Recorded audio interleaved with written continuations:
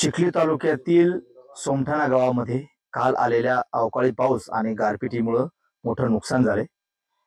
अनेक शेतकऱ्यांचं जे शीड प्रोडक्शन होतं त्याचं सुद्धा या ठिकाणी मोठं नुकसान झाले। मी सध्या सुनील वाघमारे यांच्या शेतामध्ये आहे आणि या शेतामध्ये शेडनेट मध्ये त्यांनी कारल्याचं या ठिकाणी सीड प्रोडक्शन सुरू केलं होतं।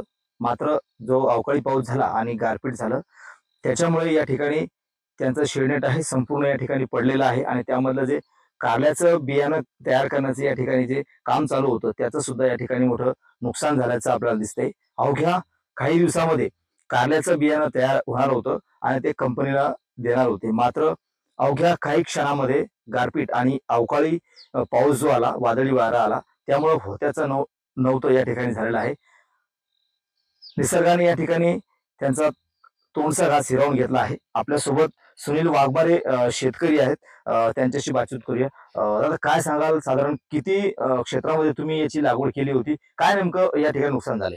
मी इथे कारल्याची लागवड बियाणे कारल्याची लागवड 10 गुंठ्यावर केलेली होती आणि मला याचा टोटल खर्च 1.5 लाख रुपये आला होता आणि निघणारं उत्पादन हे 4.5 ते 5 लाख रुपये असल्यामुळे माझे याच्यात 5 लाखाचं नुकसान झालेलं आहे आणि याच्यात काही याच्यातून मला काही याच्यातून उत्पन्नाची अपेक्षा नाहीये।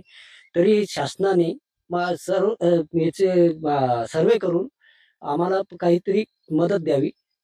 आता जवळपास 24 तास उठून गेले, कोणी कृषी विभागाचं, महसूल विभागाचं कोणी पंचनामा करण्यासाठी आले का तुमच्याकडे? नाही, आलेच नाहीये, कोणीही आले नाही। याला कृषी सहाय्यकाला फोन केला होता, त्यांनी सांगितले की बाबा काहीही नुकसान झालेले नाहीये। तरी त्यांनी तात्काळ आमची याची पाहणी करून आम्हाला तात्काळ मदत द्यावी।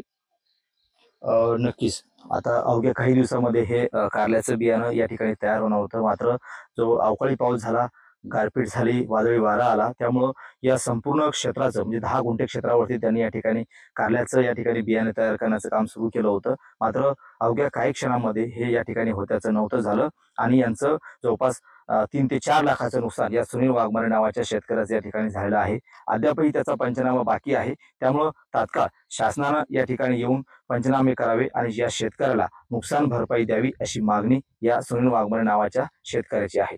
कॅमेरामन निलेश देशमुख सह गणेश सोळंकी, TV9 मराठी, सोमठाणा, बुलढाणा।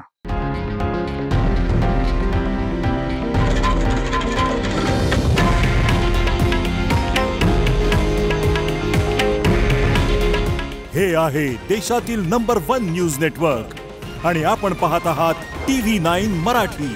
काळजी तुमची, हित महाराष्ट्राचं।